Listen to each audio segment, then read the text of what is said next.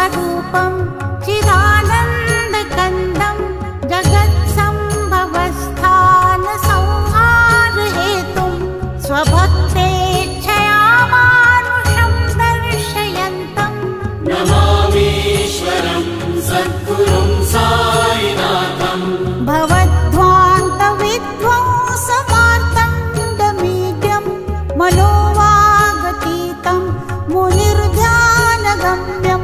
जगद्व्यापकं